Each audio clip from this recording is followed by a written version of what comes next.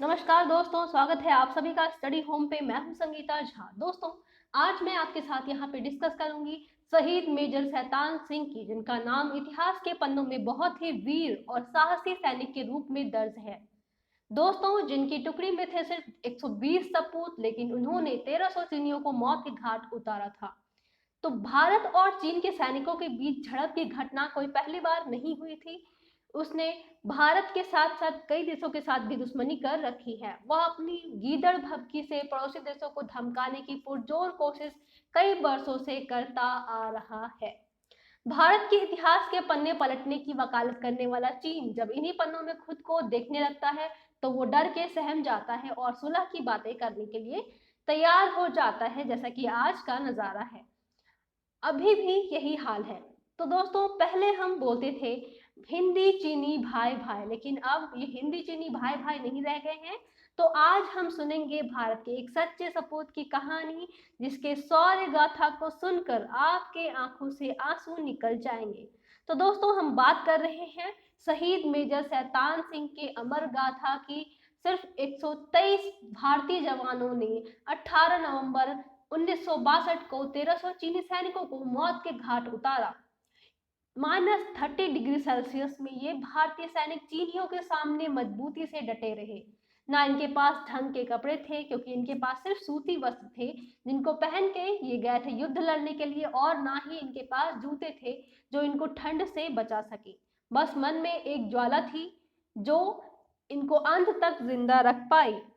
उधर चीनी सैनिकों के पास नए नए अपग्रेडेड वेपन थे, बड़े बड़े तोप थे, और उनके पास हथगोले थे, बहुत सारी चीजें थे जो भारत की ओर से लड़ने के लिए काफी थे। तो वो भारत की ओर चल पड़े लड़ने के लिए चीनी सैनिक। भारतीय सैनिकों के पास बंकर तक नहीं था, पर वे इतने मजबूत थे जैसे पहलवान। हाथों से ही इन्होंने युद्ध लड़ा और इन्होंने 1300 सैनिकों को मार डाला। सबके सब पहलवान, सबके सब मजबूत, चीनियों का सर धड़ से अलग कर देने वाले। ऐसे थे मेजर शैतान सिंह और इनकी पलटन। तो दोस्तों, मेजर शैतान सिंह को मरणोपरांत परमवीर चक्र से सम्मानित किया गया था। 1962 का युद्ध 20 अक्टूबर से 21 नवंबर तक चला था, लेकिन इन सबसे पहले हमें ये रीजन पता होना चाहिए कि युद्ध आखिर हुआ क्यों था। तो ये सब स्टार्ट हुआ 1950 में। चाइना से हमारे जमीन का विवाद चल रहा था, और अक्साई चिन एरिया, जिसे चाइना अपना एरिया बता रहा था, नॉर्थ ईस्ट में अरुणाचल प्रदेश का एरिया जिसे चाइना अपनी बता रही थी, और तिब्बत से दलाई लामा इंडिया वापस आ गए थे। और चाइना को लगा कि भारत अब तिब्बत पे कब्जा कर लेगा, तो उनका मूड कुछ ज्यादा ही खराब हो गया चीन वालों का, और उन्हें लगा कि भारत से इसका बदला लेना चाहिए। इन सब की वजह से चाइना का रुख थोड़ा तल्ख हो गया भारत को लेकर। चाइना ने अरुणाचल प्रदेश में सड़क का भी निर्माण करा दिया, जिससे भारतीयों का मूड भी कुछ खराब हो गया और युद्ध की तैयारी शुरू हो गई। उस समय हमारे प्रधानमंत्री थे जवाहरलाल नेहरू। इन्होंने इनको इंडियन आर्मी ने उनको सजेशन दिया, लेकिन जवाहरलाल नेहरू ने इसके उल्टा अपना डिसीजन बनाया फॉरवर्ड पोस्ट पॉलिसी का।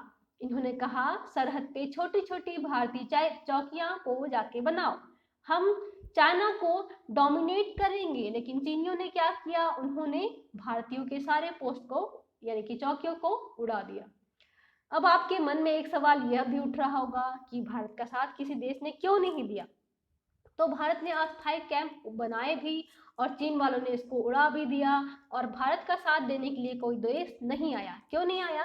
क्योंकि उस समय दो बड़ी शक्तियां थी, यूएसएसआर और अमेरिका। इनके बीच चल रहा था कोल्ड वार, यानी कि कोल्ड वार तब स्टार्ट हो गया था। अक्टूबर 1962 में अमेरिका और रसिया के बीच न्यूक्लियर वार होने ही वाला था, यार मान लीजिए आप हो ही चुका था। तो यहाँ इंडिया का साथ आखिर देता कौन? तो जब कोई खाली ही नहीं था, यूएसएसआर और अमेरिका, इन दो बड़ी शक्तियों के बीच में युद्ध हो रही थी, तो सारे देश इसी में युद्ध करने के लिए चले गए थे। उन्होंने अलग अलग टीम बना ली थी, तो इंडिया का साथ देता कौन? फिर क्या हुआ, 18 नवंबर 1962 को भारत चीन के बीच रिजांगला दर्रा जो है आपका, वहां पे युद्ध हुआ। 1600 फीट की ऊंचाई पर रिजांगला दर्रा है आपका। तो वहां पर मेजर शैतान सिंह के नेतृत्व में ये युद्ध लड़ा गया था। भारत सरकार के सैनिकों को वापस आने के लिए भारत सरकार ने बोल दिया था, लेकिन मेजर शैतान सिंह सिर्फ नाम से ही शैतान नहीं थे। उन्होंने बोला कि हम आखिरी सांस तक युद्ध लड़ेंगे और जिए या मरे हम मैदान छोड़कर कहीं भी नहीं जाएंगे। और हुआ भी यही। मेजर शैतान सिंह और इनकी पलटन के कई सैनिक शहीद हो गए और इन्होंने आखिरी दम तक, अपने आखिरी सांस तक युद्ध लड़ा और 1300 चीनी सैनिकों को इन्होंने मौत के घाट उतार दिया। और लगभग 1 साल के बाद जब ये सब शहीद हो गए तो इनकी लाशें जो थी वो बर्फ में वहीं पे दब गई। तो जब 1 साल हो गया तब वहां भारतीय सैनिक के कुछ लोग पहुंचे, सॉरी 1 साल या फिर आप कह सकते हो गर्मियों के मौसम में। तो यहाँ पे भारतीय सैनिक के अनेक दल पहुंचे और यहाँ पे इनको मिली एक लाश बर्फ के नीचे दबी हुई, जो थी मेजर शैतान सिंह की। 114 जवान जो हमारे भारतीय जवान थे वो शहीद हो गए और 4-5 जवानों को चीनी लोगों ने क्या किया, इनको बंदी बना लिया। पर उनमें से एक सैनिक जो थे निहाल सिंह, वो किसी भी तरीके से जब यहाँ पे युद्ध हुआ तो वो किसी भी तरीके से चीनी सैनिकों के से भाग आए, वहां से उनकी पकड़ से निकल आए। उसी ने भारतीय जनरल्स को सारी कहानी बताई, पर किसी ने उनका विश्वास नहीं किया। जब गर्मी पड़ी और रेजांगला दर्रा का जो पहाड़ है वो पिघला तो रेजांगला का नजारा वो देख नहीं पाए। वो नजारा इतना भयावह था, सबकी आंखों से अश्रु निकलने लगे, क्योंकि वहां 114 सैनिकों की लाशें बिछी थी और चीन के सैनिकों की लाशें इतनी ज्यादा थी कि गिनती नहीं की जा रही थी। और उनमें से किसी को गोली भी नहीं लगी थी। वे सर्दी से जम गए थे और वहां से कोई उनको रेस्क्यू करके नहीं ले जा पाया था। इसी वजह से उन सब की मौत हो गई थी। तो ये सारे जवान और मेजर शैतान सिंह कुमाऊं रेजिमेंट के थे। ये सब अहीर थे और हरियाणा के लंबे चौड़े हत्थे कट्टे पहलवान थे। रेजांगला 16,000 फीट पर है। यहाँ पे चुशूल सेक्टर था जिसे चीनी अपना कब्जा करना चाहते थे, लेकिन बीच में था ऊंचा पहाड़ जहां भारतीय सैनिक पहले से ही मौजूद थे। भारतीय सैनिकों के पास 303 की बंदूकें थी, जिससे हर बार गोली एक फायर करने के बाद आपको हर बार गोली बदलनी पड़ती थी। यानी कि अगर आपने एक बार गोली चलाई तो फिर आपको दूसरी गोली उसमें सेट करनी पड़ती। फिर क्या हुआ, चीनियों के पास हैवी मशीन गन थे, लाइट मशीन गन थे, मोर्टार थे, सब कुछ था उनके पास, तोपें थी अच्छी खासी। भारत सरकार को जब इनकी भनक लगी कि चीनी सैनिक अपनी पूरी तैयारी करके आ रहे हैं तो उन्होंने सारे सैनिकों को वापस आने का ऑर्डर दिया। इनके मेजर जनरल ने भी कहा कि आप वहां से वापस आ जाइए, क्योंकि -30 डिग्री सेल्सियस में सूती ड्रेस पहने बिना जूतों के लड़ना बहुत कठिन काम था। और उधर चीनी सैनिकों के पास चमड़े से बने हुए ड्रेस थे जो कि काफी हद तक उनको गर्म करके रख रहे थे। तो चीनी सैनिक भारतीयों पे तब भारी पड़ रहे थे, लेकिन किसी को ये नहीं पता था कि मेजर शैतान सिंह की टुकड़ी जो है वो 1300 सैनिकों को आज लेके मरने वाली है। फिर क्या हुआ, मेजर शैतान सिंह ने अपने सैनिक को सब कुछ बताया कि चीनी सैनिक कितनी तैयारी करके आ रहे हैं और हमें इस युद्ध को जीतने के लिए क्या क्या व्यवस्था करनी पड़ेगी, कैसे हम कौन कौन से टेक्निक अपना सकते हैं, कौन कौन से तरीके अपनाएं तो ये युद्ध हम जीत सकते हैं। तो उन्होंने अटैकिंग की प्लान बनाना स्टार्ट किया और ये भी उन्होंने कहा कि आप में से जिसको वापस जाना है वो वापस जा सकता है। पर मान लीजिए, मैं सच कह रही हूँ, उनमें से एक भी सैनिक वापस नहीं लौटा और सबने यही कहा कि हम भी इस युद्ध में आपका साथ देंगे। उन्होंने 18 नवंबर को सुबह 5 बजे प्लान बनाना स्टार्ट किया और इसके लिए उन्होंने 3 नीति अपनाई।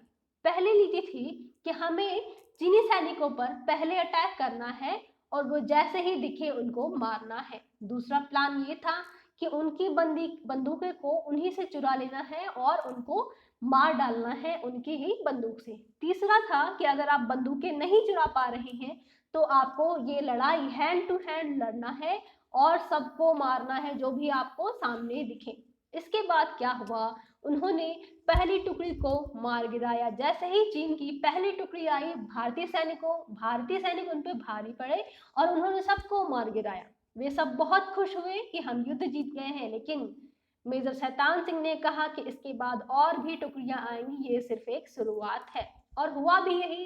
इसके बाद लगभग 6000 सैनिक आए और उन्होंने तोप से तो इतने सारे तोप और मिसाइल बरसाए कि हमारे भारतीय सैनिक जो थे वो तितर बितर हो गए और उनको पता चला कि ने जो आपकी चीनी सैनिक है वो तैयारी करके आए, तो वो इधर उधर पहाड़ी में ही छिप गए। उसके बाद चीनियों को पास आने दिया और जो मिला उसको पटकना स्टार्ट कर दिया, उनकी बंदूकें छीनी और बंदूकों की बट से उनके सर पे मारना स्टार्ट कर दिया। जब उन्होंने उनके ऊपर मारना स्टार्ट किया बंदूकों की बट से, तो उनको पता चला कि उनके ड्रेस जो हैं चीनी सैनिकों के वो चमड़े के बने हुए हैं और वो आसानी से उनको चोट भी नहीं लगी। तो उन्होंने क्या किया, बंदूकें फेंकी और जिनको वो पकड़ पाए उनको पकड़ के उनका गला मरोड़ा, उनको मारना शुरू किया, वहीं पे उन्होंने पटकना शुरू किया। इससे क्या हुआ, चीन के 1300 सैनिक वहीं पे मारे गए।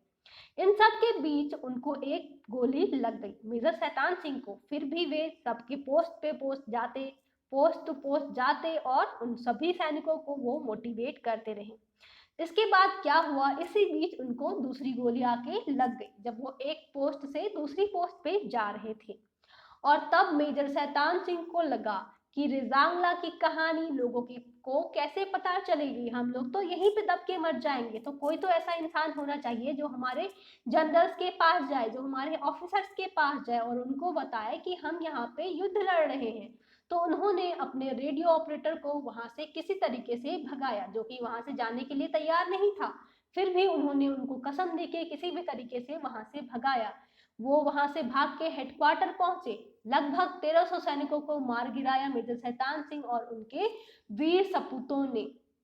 इन सब में क्या हुआ कि मेजर शैतान सिंह का हाथ बुरी तरीके से जख्मी हो गया और उनको कई बंदूकें भी लग चुकी थी। तब उन्होंने अपनी बंदूक को अपने पैरों में फंसा लिया और उनके दो सैनिकों से उन्होंने कहा कि मुझे एक सुरक्षित जगह पे ले जाओ। उनके दो सैनिक उन्हें एक पहाड़ी के पीछे ले गए और वहीं पे उन्होंने उनको पट्टी कर दी हाथ में, और हाथ बांधने के पश्चात उन्होंने कहा कि मेरे पैर में तुम ये जो आपकी जो मशीन गन है इसको किस तरीके से मेरे पैर के अंगूठे से फंसाओ और तुम दोनों अपने अपने अपनी पोस्ट पे वापस जाओ। लेकिन इसके बाद क्या हुआ किसी को नहीं पता नहीं कब उनकी आखिरी सांस चली और कब मेजर शैतान सिंह ईश्वर को प्यारे हो गए। युद्ध के 3 महीने के बाद जब वहां की बर्फ पिघली तो शहीद मेजर शैतान सिंह की लाश उनको उसी अवस्था में मिली जैसे वो अपने पैर में बंदूक फंसाए बैठे थे। एक एक सैनिक 10-10 चीनियों पे उस दिन भारी पड़े थे और मौत का ऐसा तांडव किसी ने पहली बार देखा होगा। तो दोस्तों, ये थी मेजर शैतान सिंह की कहानी, जिनको मरणोपरांत परमवीर चक्र से सम्मानित किया गया था। और आप सभी जानते हैं कि कुमाऊं रेजिमेंट अपनी बहादुरी और शौर्य गाथाओं के लिए आज भी हमारे देश में फेमस है। हमारे देश में ही क्या, हर जगह फेमस है। तो जब चीनियों को पता चला मेजर शैतान सिंह की कहानी, तो उन्होंने भी इनको उतने ही सम्मान के साथ दर्जा दिया। एक शहीद मेजर शैतान सिंह का नाम जो है वो भी बहुत ज्यादा इज्जत से आज भी उनका नाम लिया जाता है। तो दोस्तों, भारत चीन का युद्ध तो 1962 में हो चुका है, लेकिन आज 2020 में भी ये हालात बन रहे हैं कि भारत और चीन का युद्ध जरूर हो सकता है। तो इस पे मैंने एक छोटी सी कविता बनाई है जो आपको मैं सुनाना चाहती हूँ। उठो मेरे भारत के शेरों, भरो तुम हुंकार, सीमा पर तैनात शत्रु पर कर दो तुम प्रहार। या युद्ध इतना भीषण हो कि मच जाए हाहाकार, वो 2 गज की जमीन तो छोड़ो, कर ना पाए सीमा पार। चाहे रावण हो कोई या हो शत्रु हजार, बन करके शत्रुघ्न शत्रु का करो नाश तुम बारंबार। थैंक यू आप सभी का। और आप मुझे बताइएगा कमेंट बॉक्स में कि मैंने जो आज का वीडियो बनाया है मेजर शैतान सिंह को लेके, ये आपको कैसा लगा। और प्लीज़ अगर आपको अच्छा लगता है तो चैनल को सब्सक्राइब करना बिल्कुल भी ना भूलें। धन्यवाद।